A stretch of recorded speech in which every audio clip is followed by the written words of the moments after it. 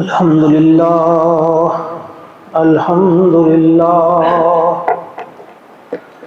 الحمد لله رب العالمين الصلاة والسلام على سيد الأنبياء والمرسلين وعلى آله وأصحابه أجمعين أما بعد فقد قال الله عز وجل أعوذ بالله السميع العليم من الشيطان الرجيم بسم الله الرحمن الرحيم يوم ندعو كل أناس بإمامهم فمن أوتي كتابه بيمينه فأولئك يقرؤون كتابهم ولا يظلمون فتيلا ومن كان في هذه أعمى فهو في الآخرة أعمى وأضل سبيلا آمنت بالله صدق الله العظيم رب اشرح لي صدري ويسر لي أمري واحلل عقدة من لساني يفقهوا قولي رب زدني علما ربنا زدنا علما وحلما وفهما وألحقنا بالصالحين ربنا تقبل منا إنك أنت السميع العليم محمد کی غلامی ہے سند آزاد ہونے کی، خدا کے دامن توحید میں آباد ہونے کی، صلی اللہ علیہ وسلم۔ معزز و محترم حاضرین، السلام علیکم ورحمۃ اللہ وبرکاتہ۔ آج سورہ الاسراء بنی اسرائیل کی 2 آیات آپ کے سامنے پڑھی گئیں۔ ان کی روشنی میں کچھ ہم سمجھنے کی کوشش کریں گے، اپنی ذمہ داریوں کو، اپنے آپ کو یاد دلانے کی کوشش کریں گے کہ ہماری ذمہ داری کیا بنتی ہے، ہم کون ہیں۔ جس وقت ہم نے محمد عربی صلی اللہ علیہ وسلم کو اپنا راہبر رہنما تسلیم کیا، ہم اپنے آپ کو کہتے ہیں کہ ہم نبی رحمت صلی اللہ علیہ وسلم کے امتی ہیں، کیا اس کے بعد امتی ہونے کا حق ہم سے ادا ہو رہا ہے کسی بھی درجے میں؟ اس کی طرف آج ہم دھیان دیں گے۔ یہ جو آیات ہیں، اللہ کا ارشاد ہوتا ہے یوم ندعو، اس دن کی بات ہے، یعنی وہ دن یاد رکھنے اور ایک دوسرے کو یاد دلانے کے قابل ہے، یعنی ہمیں چاہیے یاد رکھیں اس دن کو، بلکہ اوروں کو بھی یاد دلائیں۔ کون؟ ندعو، جس دن ہم پکاریں گے کل اناس، تمام لوگوں کو، بِإِمَامِهِمْ، ان کے امام کے ساتھ۔ امام سے یہاں مراد صرف یہ نماز پڑھانے والا امام نہیں جسے ہم سمجھتے ہیں، امام کا مطلب ہے لیڈر، رہنما۔ تمام لوگوں کو ان کے لیڈرز کے ساتھ بلایا جائے گا۔ اللہ تعالیٰ فرماتے ہیں فَمَنْ أُوتِيَ كِتَابَهُ بِيَمِينِهِ، پس جس شخص کو دائیں ہاتھ میں نامہ اعمال دیا گیا، فَأُولَئِكَ يَقْرَؤُونَ كِتَابَهُمْ، تو وہ پڑھیں گے اپنی کتاب۔ یہاں تو اتنا ہی ہے کہ وہ اپنی کتاب پڑھیں گے، لیکن سورہ حاقہ میں ہے کہ صرف خود نہیں پڑھیں گے، بلکہ اتنی خوشی ہوگی کہ وہ اپنے دوستوں کو پکاریں گے، اور کہیں گے اقرؤ کتابیہ، کہ آؤ، جس طرح ہم کہیں گے او گائز، او فرینڈس، او میرے ساتھیوں، آ جاؤ ذرا میری اس کتاب کو دیکھو، ذرا دیکھو میرا نام اعمال، اقرؤ کتابیہ انی ظننت انی ملاق حسابیہ، مجھے یقین تھا کہ میں نے حساب دینا ہے، اس حساب کے دن کا میں نے سامنا کرنا ہے۔ پھر آگے کیا کیا ہوگا، کس کس قسم کی آسائشیں اس کے لیے ہوں گی، تو یہاں فرمایا کہ وہ اپنی کتاب پڑھیں گے، ایک ایک چیز کو پڑھیں گے، دیکھیں گے کہ کوئی چیز وہاں جو ہے مس نہیں ہوئی ہوگی، جو بھی نیکی کی ہوگی، چھوٹی سی چھوٹی نیکی ہوگی یا کوئی برائی بھی کی ہوگی، ما لہذا الکتاب، جو برے لوگ ہوں گے وہ کہیں گے یہ کیسی کتاب ہے، ما لہذا الکتاب لا یغادر صغیرۃ ولا کبیرۃ الا احصاها، کیسی کتاب ہے، چھوٹی سی چھوٹی بھی ہم سے غلطی ہوئی ہے یا بڑی سے بڑی کسی کو نہیں چھوڑا گیا ہے۔ تو فرمایا یہ جب دیکھے گا یہ کہے گا اوروں کو بھی آؤ ذرا میرے دوستوں، میرے ساتھیوں، دیکھو ذرا، پڑھو ذرا میری کتاب، ولا یظلمون فتیلا، اور ذرا برابر بھی کسی کے ساتھ ظلم نہیں کیا جائے گا۔ ومن کان فی ہذہ اعمی، اور جو شخص یہاں اس دنیا میں اندھا بن کے رہا، اعمی بن کے رہا، اللہ کی آیات سے، اللہ کی کتاب سے وہ ایسا رہا جیسے وہ اندھا تھا، اس نے پڑھنے کی، سمجھنے کی اسے کوشش ہی نہیں کی، اور اس کے پیچھے پیچھے چلنے کی کوشش نہیں کی، امام نہیں بنایا قرآن کو، اس سے روشنی حاصل نہیں کی، تو فرمایا جو یہاں اس سے اندھا بن کے رہا، وَمَنْ كَانَ فِي هَذِهِ أَعْمَى فَهُوَ فِي الْآخِرَةِ أَعْمَى، تو وہ آخرت میں بھی اندھا ہی ہوگا، وہاں اسے اندھا اٹھایا جائے گا۔ ایک جگہ پہ، ایک اور جگہ پہ اللہ تعالیٰ نے فرمایا ہے کہ جب اسے اندھا اٹھایا جائے گا وہ کہے گا رب لما حشرتنی اعمیٰ وقد کنت بصیرا، بار اللہ تو نے مجھے اندھا کیوں اٹھایا، دنیا میں دیکھنے والوں میں تھا۔ قال کذالک اتتک آیاتنا فنسیتها، دیکھو تمہارے پاس میری آیات پہنچی تھی مگر تم نے انہیں بھلا دیا تھا، کوئی اہمیت تم نے نہیں دی تھی قرآن کو، قرآن کی آیات کو، اللہ کی آیات کو تم نے ان کی قدر ہی نہیں کی تھی، لہذا آج تمہیں اندھا اٹھایا جائے گا، اور پھر اس وقت انہیں اندھا اٹھایا جائے گا، اس کے بعد نہیں، پھر انہیں بینا کیا جائے گا، جب انہیں جہنم میں دھکیلا جائے گا انہیں دکھایا جائے گا کہ جس آگ میں تمہیں جھونکا جا رہا ہے دیکھو، یہ آگ کی چھتریوں کو دیکھو، اوپر سے آگ، نیچے سے آگ، اور آگ کی کناتیں ہوں گی، چاروں طرف دیوار ہوگی آگ کی، اوڑھنا آگ، بچھونا آگ، پھر ان کی بینائی واپس کر دی جائے گی تاکہ وہ دیکھیں بھی عذاب کو، اور ان بھیانک اور خوفناک فرشتوں کو بھی دیکھیں جو ان کی پٹائی کرنے والے ہوں گے، جو ان کو سزا دینے والے ہوں گے۔ تو یہ اول جب میدان حشر میں اٹھایا جائے گا اس وقت انہیں اندھا اٹھایا جائے گا، پھر انہیں واپس کیا جائے گا، بینائی واپس کی جائے گی۔ فَهُوَ فِي الْآخِرَةِ أَعْمَى وَأَضَلُّ سَبِيلًا، اور زیادہ گمراہ ہوں گے، ان کا راستہ اور زیادہ بھٹکا ہوا ہوگا، زیادہ یہاں سے بھی۔ کیوں؟ کیونکہ یہاں سے اگر کوئی آج اندھا بنا ہوا ہے، شاید کل وہ توبہ کرے، واپس آ جائے کتاب کی طرف، واپس آ جائے اللہ کی آیات کی طرف، لیکن وہاں پھر کوئی چانس نہیں ہے، اس لیے فرمایا اضل سبیلا، وہاں جو بھٹکیں گے وہ زیادہ بڑی ان کی گمراہی ہوگی، وہ بڑی گمراہی وہاں پر ہوگی۔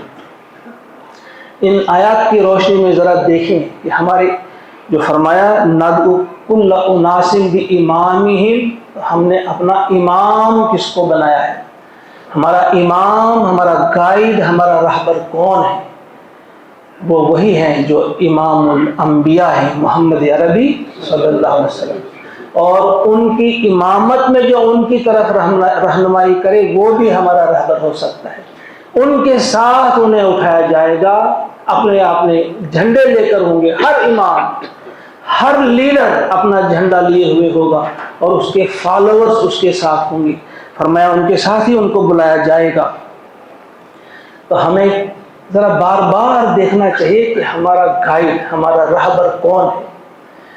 اتنا عظیم رہبر اللہ تعالیٰ نے ہمیں عطا کیا، فرمایا وما ارسلناک الا رحمۃ للعالمین، اور کہیں فرمایا انا ارسلنا الیکم رسولا شاہدا علیکم کما ارسلنا الی فرعون رسولا فعصى فرعون الرسول فاخذناه اخذا وبیلا، کہ ہم نے تمہاری طرف ایک رسول بھیجا، اسی طرح سے ہم نے فرعون کی طرف بھی بھیجا تھا، لیکن اس نے نافرمانی کی، پھر ہم نے اسے پکڑا اور سخت پکڑ اس کی وبال والی، اخذا وبیلا، وبال والی پکڑ اسے کی، سختی سے اسے پکڑا۔ اور اسی طرح سے کہیں فرمایا انا اعطیناک الکوثر، خیر کثیر ہم نے آپ کو عطا کیا ہے اے نبی اکرم صلی اللہ علیہ وسلم۔ کہیں فرمایا ورفعنا لک ذکرک، ہم نے آپ کا ذکر آپ کے لیے بلند کیا۔ کبھی آپ نے سوچا اس پر کہ ہم نے آپ کے لیے آپ کا ذکر بلند کیا، بلندی آپ کو عطا کی، آپ کے ذکر کو، آپ کا آوازہ بلند کیا؟ اللہ کا فرمانا ہے یہ۔ اگر ہم میں یا آپ میں کوئی تیر چلائے آسمان کی طرف، ہم کہیں گے دیکھو میں نے بہت اونچا دور تک تیر پھینکا، آپ سمجھ جائیں گے کتنا پھینکا ہوگا، زیادہ حد ہوگی 1 کلومیٹر تک گیا ہوگا۔ اور اسی طرح سے کوئی سائنٹسٹ ہوگا، وہ راکٹ کو بھیج دے گا، آپ سمجھیں وہ جب وہ کہے گا آپ سمجھیں گے نہیں بہت زیادہ بلندی پر گیا۔ لیکن ذرا سوچو کہ جب سائنٹسٹ نہیں بلکہ سائنٹسٹ کا بھی پیدا کرنے والا وہ فرمائے، وہ کہے کہ میں نے کسی کو بلندی عطا کی، وہ کتنی بلندی ہوگی۔ یہ اللہ کا فرمان ہے، اپنے نبی سے فرماتے ہیں کہ ہم نے آپ کے ذکر کو بلند کیا، کتنی بلندی عطا کی ہوگی آپ اس کا اندازہ نہیں کر سکتے۔ اسی طرح سے ایک جگہ فرمایا قرآن پاک میں ان فضلہ کان علیک کبیرا، بے شک اس کا فضل، اللہ کا فضل آپ پر اے نبی صلی اللہ علیہ وسلم کبیرہ، بڑا فضل ہے۔ وہ بڑا فضل کیسا ہوگا؟ اس میں بھی یہی سمجھیے جب ہم کہیں گے میں کوئی غریب انسان کہے گا میرے پاس بڑی رقم ہے، آپ سمجھ جائیں گے کہ 10,000 20,000 ہوں گے، اور اس کا مراد بھی یہی ہوگی میرے پاس بڑی رقم ہے۔ آج ایک غریب انسان ہے، مزدور ہے، 20,000 کو بڑا کہے گا، لیکن کوئی بادشاہ کہے گا میرے پاس بڑی رقم ہے تو آپ بھی سمجھ جائیں گے، اور وہ بھی یہی کہہ رہا ہوگا کہ اس کے پاس کچھ اربوں یا خربوں روپے ہوں گے۔ اس کا کہنا اور غریب کا کہنا فرق۔ پھر اسی پر ذرا قیاس کرتے ہوئے اندازہ کیجئے، جب اللہ ساری کائنات کا خالق مالک جب وہ کہے کہ بڑا فضل میں نے کیا ہے اپنے اس بندے پر محمد عربی صلی اللہ علیہ وسلم، تو کتنا بڑا فضل ہوگا؟ ذرا اندازہ کریں آپ، وہ کتنا بڑا فضل ہوگا جو اپنے بندے پہ کیا ہے حضرت اللہ جل شانہ نے۔ ان ساری چیزوں کو ذہن میں رکھتے ہوئے کس عظیم ہستی کا تذکرہ ہم کر رہے ہیں، اور کس عظیم ہستی کی ہم امتی ہیں۔ کیا ہم نے آپ کی قدر پہچانی؟ کیا ہم نے آپ کی کوئی قدر رکھی؟ جب بھی کوئی ہمیں فیصلہ کرنا ہوتا اپنی زندگی میں تو کیا ہم حضور علیہ السلام سے پوچھتے ہیں؟ کیا وہ یقین ہمیں ہے کہ آپ کی ہر بات جو ہے سچی بات ہے؟ اسی کا نام ایمان ہے۔ ذرا اندازہ کیجئے جس وقت معراج کی طرف آپ تشریف لے گئے، جو براق لایا گیا آپ کے سامنے جب رکھا، حضرت انس رضی اللہ تعالیٰ عنہ فرماتے ہیں جب براق پر آپ کو سوار کیا گیا تو وہ براق نے کچھ شوخی کی۔ اس وقت جبرائیل امین نے اسے کہا کہ یہ کیا کر رہے ہو، پتہ ہے کون ہے؟ کہا اللہ کے نزدیک ایسی بزرگ شخصیت اور کوئی نہیں ہے جو آپ پر سوار ہونے والی ہے، تم شوخی کر رہے ہو؟ اور پھر راوی کہتا ہے کہ براق سے پسینہ ٹپکنے لگا جب نام سنا کہ محمد سوار ہو رہے ہیں۔ آپ خود پڑھیے سورہ بنی اسرائیل کی پہلی آیت کی تفسیر میں تفہیم القرآن میں سید مودودی علیہ الرحمہ نے اس حدیث کو لایا ہے کہ راوی کہتے ہیں کہ ٹپکنے لگا پسینہ براق کو جب انہیں پتہ چلا کہ محمد سوار ہونے والے ہیں۔ تو اس عظیم ہستی کو ہم ماننے والے ہیں اور اپنے آپ کو کہنے والے ہیں ہم آپ کے امتی ہیں۔ کس قدر ہمیں آپ کی باتوں پہ یقین ہے کہ آپ نے جو بات بھی کہی سچی بات کہی۔ بخاری میں آپ پڑھیں گے کتاب المناقب میں ایک واقعہ آیا ہے، پیارے نبی صلی اللہ علیہ وسلم نے فرمایا کہ پچھلے زمانے میں وہ بیان کر رہے تھے کہ پچھلے زمانے میں ایک شخص تھا، اس کا ایک بیل تھا، تو اس بیل پہ اس نے کچھ سامان چڑھایا، اس کو لادا، کہیں جانا تھا، تو وہ بیل جو تھا وہ بول پڑا کہ اے میرے مالک، مجھے تو اپنے مالک نے یعنی اللہ نے مجھے ہل چلانے کے لیے پیدا کیا ہے، تم نے مجھ پر بوجھ لادا، سامان لادا۔ جب آپ یہ فرما رہے تھے تو ایک صحابی بول پڑے کہ یا رسول اللہ صلی اللہ علیہ وسلم، بیل بھی باتیں کرتا ہے؟ تو حضور نے ان کی طرف دیکھا اور اس کے بعد فرمایا ابو بکر اور عمر سے پوچھو کیا بیل بولا؟ کہا تمہارے ایمان کا لیول ابھی وہ نہیں ہے، ابو بکر سے پوچھو، یہ بتا دے گا کہ بیل بات کی بیل نے کہ نہیں۔ گویا یہ سوال کرنے کی بات ہی نہیں، حضور کی زبان سے کوئی چیز نکلی پھر تم پوچھتے ہو کہ کیا بیل بولتا ہے۔ کہا یہ سوال مجھ سے نہیں، یہ سوال ابو بکر اور عمر سے پوچھو کہ وہ بتا دیں گے بیل بولا کہ نہیں بولا۔ صدیق اکبر رضی اللہ تعالی عنہ سے جب معراج کی بات چلی تو ابو جہل کو موقع ملا، کہا سنا آپ کا دوست، آپ کا ساتھی کیا کہتا ہے؟ کیا کہتا ہے؟ کہتا ہے میں راتوں رات یہاں سے بیت المقدس، وہاں سے 7 آسمان کی سیر کر کے آیا۔ تو صدیق اکبر نے صرف یہ پوچھا کیا انہوں نے کہا محمد نے یہ بات کہی؟ کہا ہاں کہی۔ کہا پھر یہ سچ ہے، پھر اس میں کوئی شک ہی نہیں، اور آپ کو صدیق اسی لیے کہا گیا۔ حضرت عمر رضی اللہ تعالیٰ عنہ کے پاس 2 آدمی آتے ہیں، ایک مسلمان تھا ایک یہودی تھا۔ فیصلہ یہودی کے حق میں دیا تھا حضور علیہ الصلوۃ والسلام نے، سب کو یاد ہے یہ واقعہ، صرف یاد دلانا چاہتا ہوں۔ وہ آتے ہیں، اس مسلمان نے کہا کہ بھائی چلو عمر سے فیصلہ کراتے ہیں۔ جب اس کے پاس گئے تو باتوں میں اس نے کہا ہم پہلے حضور کے پاس گئے تھے، انہوں نے یہودی کے حق میں فیصلہ کر دیا تھا۔ کہا اچھا انہوں نے فیصلہ کیا تھا یہودی کے حق میں؟ کہا ہاں۔ کہ ٹھہرو۔ وہ اندر چلے گئے، تلوار لائی اور اس مسلمان کا سر قلم کر دیا۔ کیوں؟ کیونکہ وہ ایمان لانے کے بعد اس نے حضور کے فیصلے کو چیلنج کیا تھا، وہ مرتد ہوا تھا، اور مرتد کی سزا سر قلم کرنا ہے۔ اس کا سر قلم کر دیا گیا۔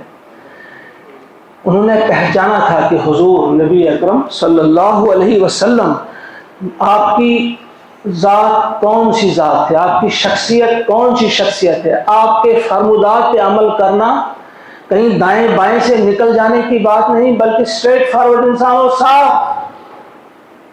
صرف اتنی تحقیق کر سکتے ہم کیا یہ حدیث ہے، جو ہی پتہ چلا حدیث ہے بس اس کے بعد کوئی چارہ نہیں اس کو مانے بغیر، بلکہ دل سے مانے، خوشی سے مانے، اس پر گرا نہیں گزرنا چاہیے۔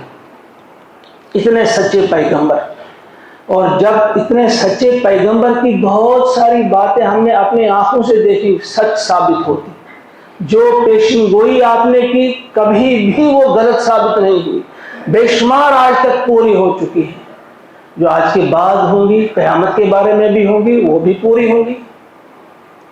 بہت ساری چیزیں آپ نے سنی ہوگی، ایک اور بتاؤں گا میں۔ آپ نے فرمایا ہے کہ قیامت قائم نہیں ہوگی جب تک نہ گھوڑے کی لگام اور اونٹ کی رسی بات نہ کرے، تب تک قائم نہیں ہوگی قیامت، جب تک نہ اونٹ کی وہ رسی اور گھوڑے کی لگام بھی بات کرے۔ تو آج آپ دیکھتے ہیں گھوڑے کی لگام یا اونٹ کی رسی سے مراد سواری ہے۔ آج جب آپ گاڑی میں سوار ہوتے ہیں تو وہ گاڑی وہ کہہ دیتی ہے آپ کو جو اس پہ گوگل میپ ہوتا ہے وہ آپ کو بتا دیتا ہے after 100 meters turn right, after اتنے ٹرن لیفٹ، اتنی دیر کے بعد آپ فلاں جگہ پہنچ جائیں گے.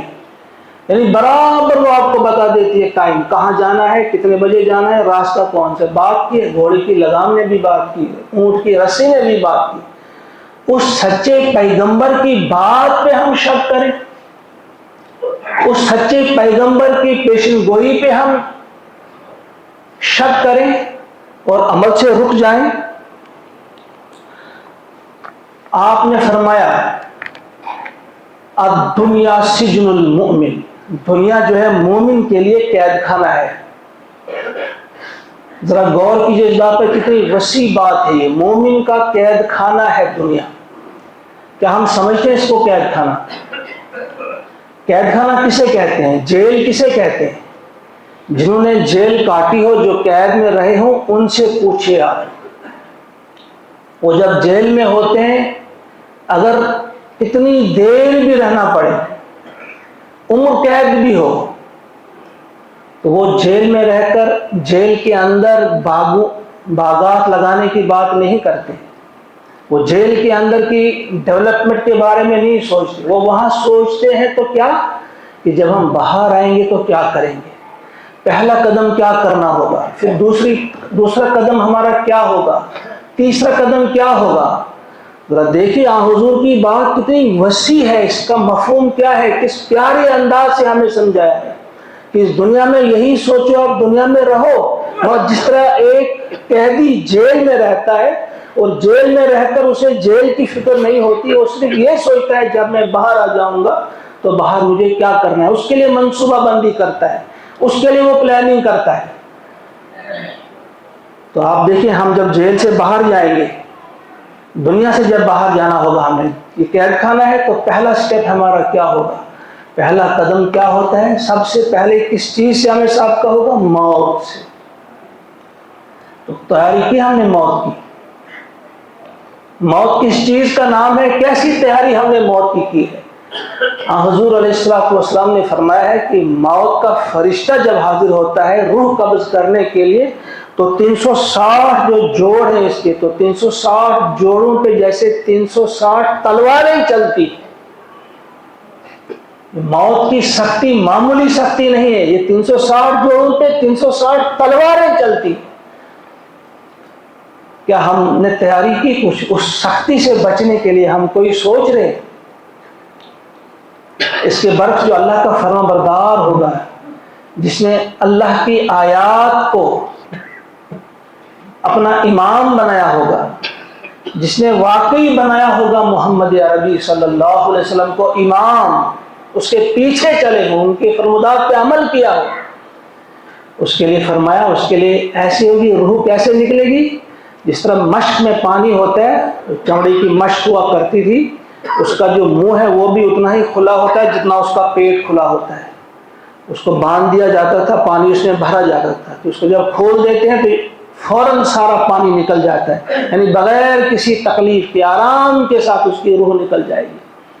کیسی تیاری ہماری موت کی ہے؟ اگر ہم سمجھتے ہیں ہم قید خانے میں نکلنا ہے، تو موت کے لیے کیا تیاری کی؟ دوسرا سٹیپ کیا ہوگا؟ قبر. قبر کے بارے میں کبھی آپ نے سوچا یہ قبر کیا ہے؟ آپ جب کھڑے ہوتے ہیں وہاں قبرستان میں، جب کسی کی قبر کھودی جاتی ہے، اس کو آپ نے دیکھا ہوگا کہ اگر قبر میں جب کسی کو اتارا جائے، اگر اس سے اوپر بند بھی نہ کیا جائے، ایسے بھی رکھا جائے، کتنی دیر آپ رہ سکتے ہیں قبر میں؟ کتنی دیر رہیں گے آپ؟ اگر صرف اترنا ہوگا اور اوپر سے بند بھی نہیں کرنا ہوگا، پھر سب سوچو جب بند بھی کیا جائے گا، اور حضور کا فرمان ہے وہ اسے احساس ہوگا جب اسے اتارا جائے گا کہ میں قبر میں ہوں، اور تنگی اسے محسوس ہوگی، اسے پتہ چلے گا کہ میں کہاں ہوں. تو پھر اس قبر کے لیے کیا تیاری کی ہے؟ اور حضور نے فرمایا کہ جو حضور کا صحیح معنوں میں پیروکار ہوگا، حضور کو اپنا گائیڈ مانا ہوگا، قرآن کو گائیڈ بک مانا ہوگا، اس کے مطابق زندگی بسر کی ہوگی، تو اس کے لیے قبر کیا ہوگی؟ وہ وسیع کر دی جائے گی. الی حد نظرہ، جب جہاں تک ایک انسان کی نظر جاتی ہے وہاں تک اس کی وہ قبر کو وسعت دی جائے گی، اس کے لیے کوئی پریشانی کی بات نہیں۔ تیسرا قدم میدان حشر ہوگا۔ ابھی سنا آپ نے کہ وہاں اندھا اٹھایا جائے گا، جس نے قرآن کے لیے وقت نہیں نکالا، قرآن کو سمجھا نہیں، پڑھا نہیں، آن حضور کی سیرت کو پڑھا نہیں، آن حضور کی زندگی کو سمجھا نہیں، ان کے پیچھے پیچھے چلا نہیں، اس کے لیے کیا ہوگا؟ میدان حشر میں۔ اور وہ میدان حشر بھی ہوگا، وہ جو دن ہوگا 50,000 سال کا دن ہوگا، قرآن پاک میں واضح الفاظ میں ہے، لیکن کچھ لوگوں کے لیے 1,000 سال کا دن ہوگا، اور کچھ ایسے بھی خوش نصیب ہوں گے اتنا لگے گا انہیں۔ وہ جو دن ہوگا، یوم الطلاق بھی اسے کہتے ہیں، یوم التغابن بھی اسے کہتے ہیں، اسے یوم الدین بھی کہتے ہیں، مختلف نام آئے ہیں قرآن پاک میں۔ کچھ لوگوں کے لیے ہوگا اتنا جیسے عصر سے مغرب کے بیچ کا وقت ہوتا ہے، اور کچھ ایسے ہوں گے جن کے لیے ایک فرض نماز میں جتنا وقت لگتا ہے بس ویسا دن ہوگا۔ ہم نے کون سی تیاری کی ہے؟ ذرا سوچو، اگر اس وقت ہم میں کسی کی روح قبض کی جاتی ہے تو ہمیں کیا لگے گا؟ کتنی دیر وہاں کھڑا رہنا ہوگا، سورج ہمارے سروں کے اوپر ہوگا، پسینے میں ڈوبے ہوں گے۔ کیا تیاری کی ہے؟ ہم قید خانے میں ہیں لیکن باہر تو نکلنا ہے، وقت تو آئے گا۔ تیسرا سٹیپ، اس کے لیے کیا تیاری کی ہے؟ پھر اتنا ہی نہیں، وَإِذَا الصُّحُفُ نُشِرَتْ، جب اعمال نامے نشر کیے جائیں گے، صرف آپ کو نہیں دکھائے جائیں گے تمہارے کرتوت، نشر کیے جائیں گے، دنیا کو دکھائے جائیں گے، دیکھو بڑا پرہیزگار بنا پھرتا تھا، بڑا متقی تھا، بڑی تقریریں کرتا تھا، اس کے کرتوت دیکھو، سب کے سامنے دکھائے جائیں گے۔ وَإِذَا الصُّحُفُ نُشِرَتْ، اس نمازی کا حال دیکھو، فلاں کا حال دیکھو، اس کے بچوں کے سامنے، بیٹی کے سامنے، ماں کے سامنے اس کے کرتوت دکھائے جائیں گے، اس نے کیسے کرتوت کیے ہوں گے۔ وَإِذَا الصُّحُفُ نُشِرَتْ یَوْمَ تُبْلَى السَّرَائِرُ، جس دن ظاہر کر دیے جائیں گے راز، یوم تبلی السرائر، اس دن کے لیے کیا تیاری کی ہے، کتنا ہم سوچتے ہیں۔ چوتھا سٹیپ، پل صراط، حضور کا فرمان بال سے زیادہ باریک، تلوار سے زیادہ تیز ہوگا، اور اللہ کے نافرمان جو بندے ہوں گے کٹ کٹ کر نیچے گر رہے ہوں گے، جو جہنم پہ پل صراط رکھا ہوا ہے۔ اس پل صراط سے گزرنے کے لیے کیا تیاری ہم کر رہے ہیں، کیا سوچ رہے ہیں ہم؟ یہی وہاں بھی کہیں گے ہمیں ٹائم نہیں تھا قرآن پاک پڑھنے کے لیے، سمجھنے کے لیے، عمل کرنے کے لیے بھی ہمارے پاس مجبوریاں تھیں کچھ، ان باتوں کی طرف دھیان دینا ہے۔ حضور کا فرمان ہے، ایک ایک بات پہ سوچو کہ حضور کی کس بات سے ہم ٹکراتے ہیں۔ آپ نے فرمایا خیر النکاح برکتن ایسرہ معونتن، برکت کے اعتبار سے سب سے بہتر نکاح وہ ہے جس میں خرچہ کم سے کم ہو۔ ذرا بتاؤ ہمارے نکاح کیسے ہوتے ہیں؟ ہم وہاں کوئی نہ کوئی بہانہ نکل آتے ہیں کہ حضور کے، بھئی حضور کا زمانہ کچھ اور تھا، آج نہیں چلے گا۔ ہمارے رشتہ دار دور کے ہیں، وہ تو آئیں گے، شادی سے پہلے بھی 1-2 شادیاں ہوں گی، 20-30 لوگ آئیں گے، اب یہ ہوگا، یہ مجبوری ہماری ہے۔ بھئی کہاں سے یہ مجبوری لائی ہے تم نے؟ یہ فضول خرچی نہیں ہے، اور فضول خرچی کرنے والا کیا شیطان کا بھائی نہیں ہے؟ کیا یہ قرآن میں نہیں بتا دیا ہے؟ کہاں سے یہ چیزیں تم نے نکالی ہیں؟ یہ اس کی وجہ یہی ہے، قرآن پاک میں اللہ تعالیٰ نے جب یہ ابلیس نے مانگی تھی مہلت، تو پھر اللہ نے اس سے فرمایا تھا کہ ہاں وَشَارِكْهُمْ فِي الْأَمْوَالِ وَالْأَوْلَادِ، تو شریک بن جائے ان کے مال میں اور ان کی اولاد میں۔ وہ شریک بننا کیا تھا کہ ایک انسان بڑی محنت سے کماتا ہے، حلال کمائی اس کے پاس ہے، بڑی محنت کرتا ہے، مشقت کرتا ہے، یہ پسینہ بہاتا ہے، جب یہ کماتا ہے پھر شیطان آتا ہے کہ اب میرے حساب سے خرچ کرو، وہ اس کا مالک بن جاتا ہے، شریک بن جاتا ہے، جیسے وہ بھی اس میں شریک تھا اس کی کمائی میں۔ وہ اسے کہتا ہے فلاں جگہ لگا لے، جب اللہ کی راہ میں دینا ہوگا بخیل بن جائے گا۔ 12 تنخواہیں اس کو اللہ نے دی ہیں، 12 لاکھ روپے اس کو دیے ہیں اللہ تعالیٰ نے، 1 لاکھ نکالنا اسے مشکل ہو جاتا اللہ کی راہ میں۔ اس وقت یہ شیطان کا پیروکار بن جاتا ہے، اس وقت اللہ کو، اللہ کے رسول کی بات کو ایک سائڈ میں رکھ دیتا ہے، کہتا ہے نہیں میں تو غریب ہو جاؤں گا۔ اللہ فرماتے ہیں امیر ہو جاؤ گے، خرچ کرو امیر ہو جاؤ گے۔ رسول فرماتے ہیں خرچ کرو امیر ہو جاؤ گے۔ اور شیطان کہتا ہے نو قریب ہو جاؤ گے، اور ہم کس کی بات مانتے ہیں؟ اب ہمارا امام کون ہے؟ رسول ہے ہمارا امام یا ابلیس ہے؟ اسی طرح سے رشوت کے بارے میں حضور کا فرمان الراشی والمرتشی کلاہما فی النار، رشوت دینے والا لینے والا دونوں جہنمی ہیں۔ اور ہم کوئی نہ کوئی بہانہ لگاتے ہیں، بھائی یہ رشوت نہیں ہے، یہ کمیشن ہے، یہ مجبوری ہوتی ہے، ہمیں اوپر بھیجنی پڑتی ہے، یہ اوپر سے ہی مانگ ہے، کوئی نہ کوئی دیکھ کر ہم رشوت بھی کھا جاتے ہیں۔ سود کے بارے میں اللہ کا ارشاد ہے، حضرت ابو ہریرہ رضی اللہ تعالیٰ عنہ فرماتے ہیں، سنن ابن ماجہ 2273 2273 حدیث نمبر ہے، فرمایا کہ جب معراج پہ تشریف لے گئے نبی اکرم صلی اللہ علیہ وسلم، وہاں کچھ لوگوں کو دیکھا، ان کے پیٹ سے جیسے ایک کمرہ ہوتا ہے، بہت بڑا کمرہ، اور اس میں سانپ ناچ رہے ہیں، سانپ چل رہے ہیں، باہر سے دکھ رہے ہیں، بالکل ٹرانسپیرنٹ ہے ان کا جسم باہر سے۔ انہوں نے پوچھا جبریل سے یہ کون ہے؟ کہا یہ سود کھور انسان ہے۔ اور اسی طرح سے سنن ابن ماجہ 2274 حدیث نمبر میں ہے کہ ابو ہریرہ فرماتے ہیں رضی اللہ تعالیٰ کہ رسول اکرم صلی اللہ علیہ وسلم نے فرمایا کہ سود کے 70 گناہ ہیں، اور سب سے ہلکا گناہ جو ہے سود کا وہ یہ ہے کہ جیسے انسان اپنی ماں سے زنا کرے۔ خود دیکھیے حدیث نمبر 2274 سنن ابن ماجہ کی حدیث ہے، جیسے انسان اپنی ماں سے زنا کرے، اس کا جو کم سے کم تر جس کو درجہ ہے۔ ہم کوئی نہ کوئی بہانہ نکالتے ہیں کہ بھائی جب میں نے پیسہ رکھا تھا بینک میں 15 سال پہلے، تب اس کی قیمت کچھ اور تھی، آج اس کی قیمت کچھ اور ہے، آج تو چارہ نہیں ہے۔ یعنی کسی نہ کسی طرح سے ہم سود کو اپنے لیے حلال یا جائز بنانے کی کوشش کرتے ہیں۔ تو یہ حضور علیہ السلام کا فرمان ہے، کیا یہ غلط ثابت ہو سکتا ہے؟ گھوڑے کی لگام والی بات غلط ثابت ہوئی؟ جتنے بھی پیشن گوئیاں کی حضور نے، کیا غلط ثابت ہوئی؟ تو کیا یہ قیامت والی جو پیشن گوئیاں ہیں کہ وہاں کس کے ساتھ کیا سلوک کیا جائے گا؟ کون اس تر و تازہ گوشت کو چھوڑ کر وہ سڑا ہوا گوشت کھایا جائے؟ کس کے لیے کہا؟ جب معراج میں دیکھا آپ نے، کون تھے وہ لوگ جو الٹے ٹنگے ہوئے تھے، اور کون وہ عورتیں تھیں جو پستانوں کے بل لٹکی ہوئی تھی؟ ان نے کون سے جرائم کیے تھے؟ کیا ان ہماری مائیں و ہماری بہنیں، کیا ان تک یہ پیغام نہیں پہنچتا کہ انہیں کیسے اس دنیا میں رہنا؟ کیا پردے کے بارے میں حکامت نہیں قرآن پاک میں؟ کیا حضور نے نہیں فرمایا کہ آپ نے کیسا پردہ کرنا ہے؟ آپ نے بازار میں نکلنا ہے تو کیسے نکلنا ہے؟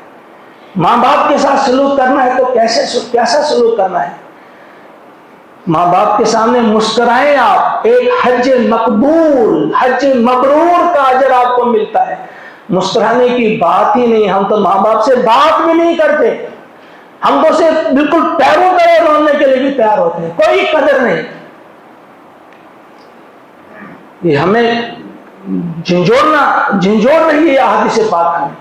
حضور نے کون سی بات ہے جو ہمیں بغیر کہے چھوڑی ہے؟ کہاں ہماری رہنمائی نہیں کی ہے؟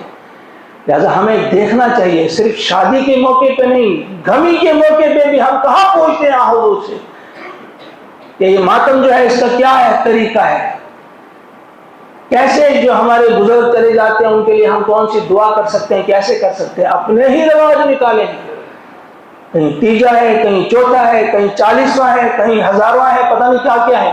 تو یہ ساری چیزیں جو ہیں، جب تک نہ ہم سنجیدگی کے ساتھ اپنے آپ کو ہم نے مان لیا ہے، اپنے آپ کو ہم نے تسلیم کر لیا ہے کہ ہمارا امام جو ہے وہ محمد عربی صلی اللہ علیہ وسلم ہے، تو ہم انہی کے ساتھ اٹھیں گے اگر واقعی ہم نے انہیں اپنا امام مانا ہوگا۔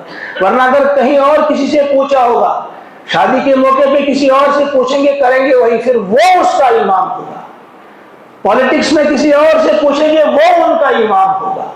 معیشت میں، معاشرت میں، گھر کے کاموں میں، ماتم میں، جتنے بھی یہ کام ہمارے، وہاں جس کو ہم پوچھیں گے، جن کے پیچھے چلیں گے، انہی کے پیچھے ہوئی۔ یوم ندعو کل اناس بامامہم۔ خود پڑھی آپ قرآن پاک کی آیت، سورہ الاسراء آیت نمبر 71 اللہ تعالیٰ فرماتے ہیں ایسے نہیں، تمہارا لیڈر ساتھ ہوگا، آگے آگے لیڈر، پیچھے پیچھے تم، اور پھر کس کے ساتھ کیا سلوک ہوگا؟ اللہ تعالیٰ سے دعا ہے کہ وہ ہم سب کو توفیق عطا فرمائے کہ ہم سوچیں کرنے کے کام کیا ہیں، ہم ایک دوسرے کے ہمدرد بنیں، کسی کی ہاں میں ہاں ملا کر شاباشی اس سے حاصل نہ کریں، بلکہ اسے غلط بات بتائیں، تمہارے اندر یہ خامی ہے چھوڑ دو، اگر آپ کے اندر فلاں چیز ہے چھوڑ دو، اچھے بن جاؤ گے، اس میں کیا سی بات ہے، کوئی جھگڑا نہیں ہے، کوئی لڑائی نہیں ہے۔ اپنے دوست سے، اپنے عزیز سے، اپنے رشتہ دار سے اور اپنے آپ سے پہلے، سب سے پہلے ہمارے اندر جو چیزیں ہیں ہم کو چھوڑنی پڑیں گی، ورنہ پتہ نہیں کس کے ساتھ وہاں ہمارا حشر ہوگا۔ اللہ تعالی ہم سب کو توفیق عطا فرمائے سمجھنے کی اور سمجھنے کے بعد عمل کرنے کی۔ ربنا تقبل منا انک انت السمیع العلیم۔ السلام علیکم ورحمۃ اللہ وبرکاتہ۔